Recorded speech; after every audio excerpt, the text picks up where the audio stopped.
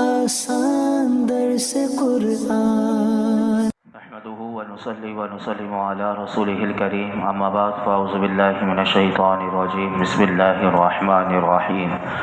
ولئن أذقناه رحمة منا من بعد ضراء مسته ليقولن هذا لي وما أظن الساعة قائمة ولئن رجعت إلى ربي إن لي عنده للحسنى فلننبئن الذين كفروا بما عملوا وَلَنُذِيقَنَّهُم مِّنْ عَذَابٍ غَلِيظٍ۔ اور اگر ہم اسے اس تکلیف کے بعد جو اسے پہنچی تھی اپنی رحمت کا مزہ چکھائیں تو ضرور کہے گا یہ تو میرا حق ہے اور میرے گمان میں قیامت قائم نہ ہوگی، اور اگر میں اپنے رب کی طرف لوٹایا بھی گیا تو ضرور میرے لیے اس کے پاس بھی بھلائی ہی ہے۔ تو ضرور ہم کافروں کو ان کے اعمال کی خبر دیں گے اور ضرور انہیں سخت عذاب چکھائیں گے۔ گزشتہ آیت میں آپ نے گزشتہ 2 دن پہلے آپ نے سماعت کیا تھا کہ کافر انسان ہمیشہ اللہ سے مال، امیری، تندرستی مانگتا رہتا ہے، اور اگر کافر کو کوئی سختی، مصیبت، معاش کی تنگی پہنچے تو اللہ نے اس کا حال بتایا تھا کہ وہ اللہ کے فضل سے، اس کی رحمت سے بہت نا امید اور بڑا مایوس ہو جاتا ہے۔ یہاں اس آیت کریمہ میں دوسرا حال بیان کیا کافر کا، فرمایا کہ اگر ہم اسے بیماری کے بعد صحت دے دیں، سختی کے بعد سلامتی دے دیں، تنگ دستی کے بعد مال و دولت دے دیں اور اپنی رحمت کا مزہ چکھائیں تو یہ کافر کیا کہتا ہے؟ فرمایا یہ کافر یہ کہتا ہے یہ تو خالص میرا حق ہے جو مجھے ملا ہے اور میرے اپنے عمل کی وجہ سے ملا ہے اور میں اس کا مستحق ہوا ہوں۔ ایک تو یہ گستاخی، اللہ کی نافرمانی، اور دوسرا کہا وہ یہ کہتا ہے میرے گمان میں قیامت قائم نہ ہوگی، اور اگر بالفرض مسلمانوں کے کہنے کے، یعنی مسلمان کہتے ہیں قیامت بھی آئے گی، تو کافر یہ کہتا ہے کہ اگر مسلمانوں کے کہنے کے مطابق قیامت قائم بھی ہوئی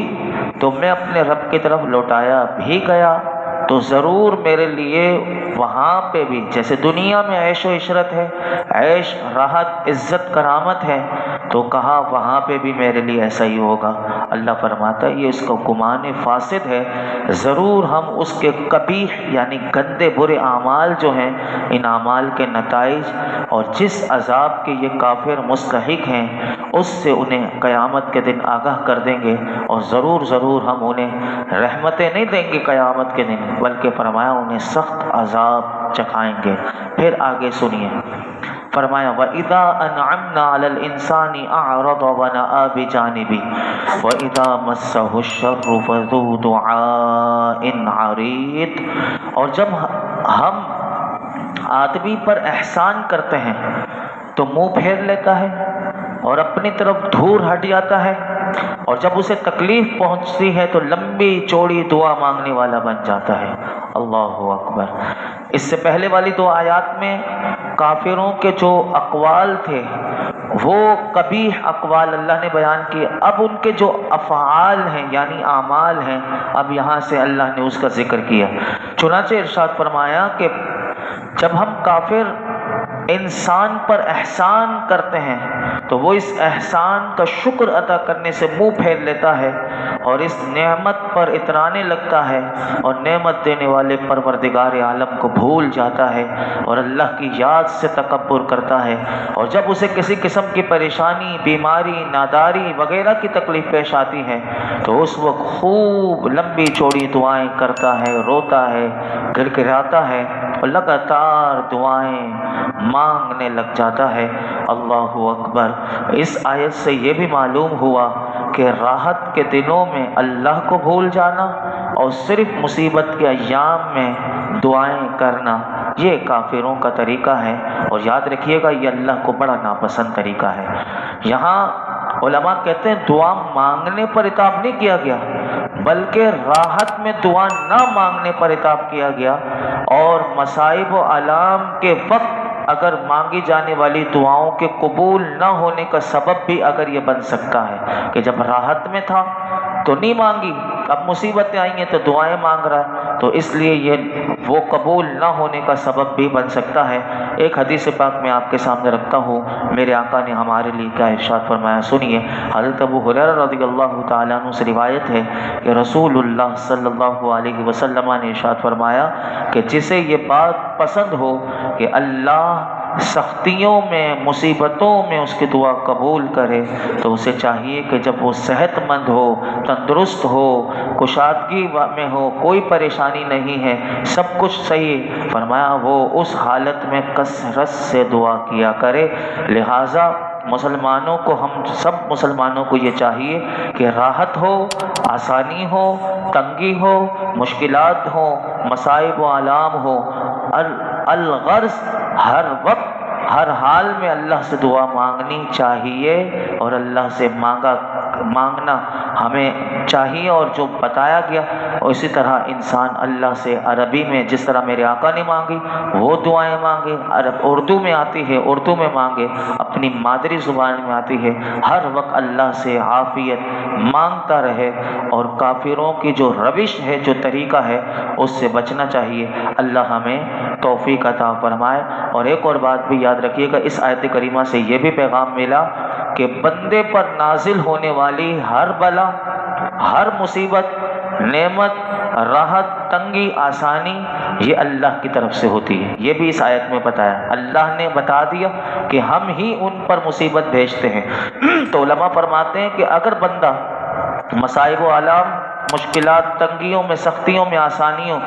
کا اگر سامنا کرنا چاہتا ہے تو اس کے لیے فارمولہ بھی اس میں دے دیا گیا، اور وہ کیا ہے؟ تسلیم و رضا، صبر و استقلال، اور اللہ کا شکر ادا کرے، تو ایسے لوگ ہدایت پانے والے اور اللہ کے مقرب بندوں میں سے ہیں۔ اگر ان کا سامنا کفر کے ساتھ کرے اور مصیبتوں وغیرہ میں شکوے شکایت شروع کر دے، تو یاد رکھنا چاہیے کہ ایسے لوگ بدبخت اور گمراہ ہوتے ہیں، اور وہ اللہ کی رحمت سے دور ہونے والے ہوتے ہیں۔ لہٰذا ہم مسلمانوں کے لیے بھی یہ پیغام ہے کہ زندگی میں چاہے کتنی مشکلات آ جائیں، اللہ کی رضا پر راضی رہیں، اور ہر مشکل اور مصیبت میں اچھی طرح صبر کیا کریں۔ جیسے میں نے گزشتہ کل بھی کہا تھا، صبر کا کتنا بڑا انعام ہے، بار بار قرآن بتاتا ہے۔ اب یہ رمضان میں بھی کیا ہے؟ میرے آقا نے فرمایا یہ رمضان بھی صبر کا مہینہ ہے۔ اب سنیے، حدیث قدسی میں آپ کے سامنے رکھتا ہوں کہ حدیث قدسی میں اللہ تعالیٰ کا ارشاد فرماتا ہے،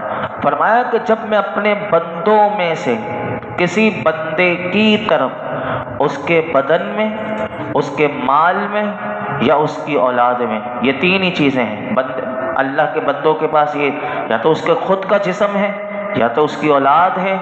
یا اس کا مال ہے۔ فرمایا اللہ تعالیٰ فرماتا ہے اپنے محبوب کی زبان کہ اگر میں اپنے بندوں میں سے کسی بندے کی طرف اس کے بدن میں، اس کے مال میں، اس کی اولاد میں کوئی مصیبت بھیجوں، پھر وہ مصیبت کا سامنا اچھی طرح صبر کے ساتھ کرے، میرا رب کریم فرماتا ہے کہ قیامت کے دن میں اس کے لیے میزان جو ترازو ہے وہ نصب کرنے یا اس کا نامہ اعمال کھولنے سے حیا فرماؤں گا۔ کتنا بڑا انعام ہے کہ اللہ اس سے حیا فرمائے گا، اللہ حیا فرمائے گا کہ اس کے لیے کوئی ترازو نہیں، اس کا نامہ اعمال بھی نہیں کھولا جائے گا۔ اللہ ہمیں عافیت والی زندگی نصیب فرمائے۔ اگر زندگی میں کوئی مشکل یا مصیبت آئے تو اللہ ہمیں صبر کرنے کی توفیق عطا فرمائے۔ آگے ارشاد فرمایا، قل ارأيتم ان كان من عند الله ثم كفرتم به من اضل ممن هو في شقاق بعيد۔ تم فرماؤ بھلا دیکھو کہ اگر یہ قرآن اللہ کے پاس سے ہو پھر تم اس کے منکر بنو تو اس سے بڑھ کر گمراہ کون جو دور کی ضد اور مخالفت میں ہے۔ اس آیت کریمہ میں اللہ تعالیٰ نے اپنے پیارے حبیب علیہ الصلوۃ والسلام سے ارشاد فرمایا، اے محبوب اگر مکے کے کافروں سے آپ یہ فرما دیں کہ اگر یہ قرآن پاک اللہ کی طرف سے نازل ہوا ہے، جیسا کہ میں یہی بات کہتا ہوں، اور قطعی دلائل سے بھی یہ ثابت ہے کہ قرآن مجید اللہ کی طرف سے نازل ہوا ہے، تو پھر تم اس کے یعنی قرآن کے اللہ کی طرف سے نازل ہونے کا انکار کر دو،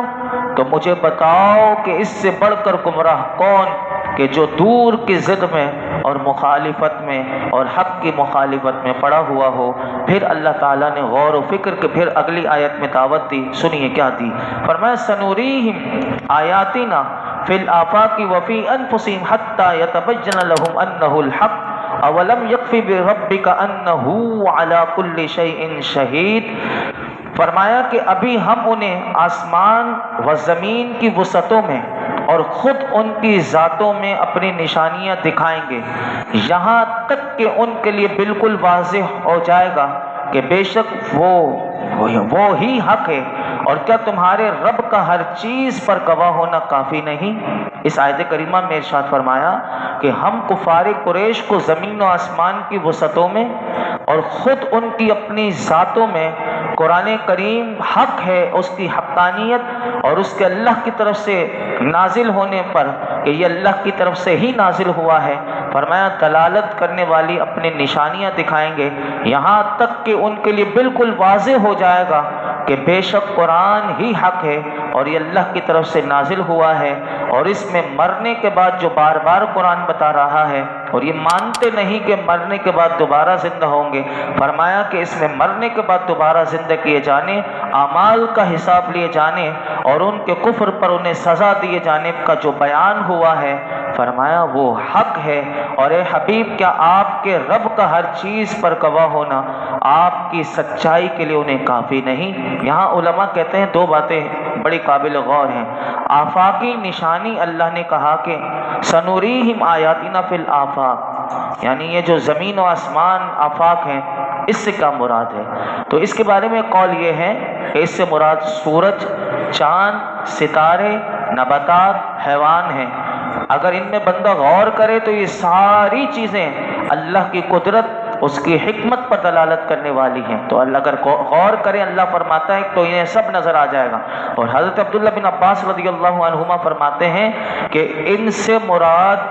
ان نشانیوں سے مراد وہ گزری ہوئی امتوں کی اجڑی ہوئی بستیاں ہیں کہ جن میں انبیاء علیہم السلام کو اللہ نے بھیجا، اگر وہاں جا کر دیکھیں تو انہیں معلوم ہو جائے گا کہ جھٹلانے والوں کا حال انہیں معلوم ہوتا ہے۔ اور بعض مفسرین نے یہ بھی لکھا اس آیت کریمہ کے اس جز کے بارے میں کہ ان نشانیوں سے مشرق و مغرب کی وہ فتوحات مراد ہے کہ جو اللہ اپنے حبیب علیہ الصلوۃ والسلام اور اس کے نیاز مندوں کو عن قریب عطا فرمانے والا ہے۔ اور حضور کے بعد آپ دیکھیے کتنی فتوحات ہوئیں، کتنے ملک جو ہیں وہ اسلام میں آئے، اور اس طرح کی اللہ نے وہ عظیم الشان کیسر و کسریٰ وہ ٹوٹا، وہ اس وقت کی سپر پاور تھی۔ تو یہ ساری نشانیاں ہیں، تو فرمایا کہ اللہ ان کو عن قریب عطا فرمانے والا ہے، اس سے یہ مراد۔ اور دوسری بات جو اس آیت کریمہ میں وہ یہ بات ذکر ہوئی کہ کفار کی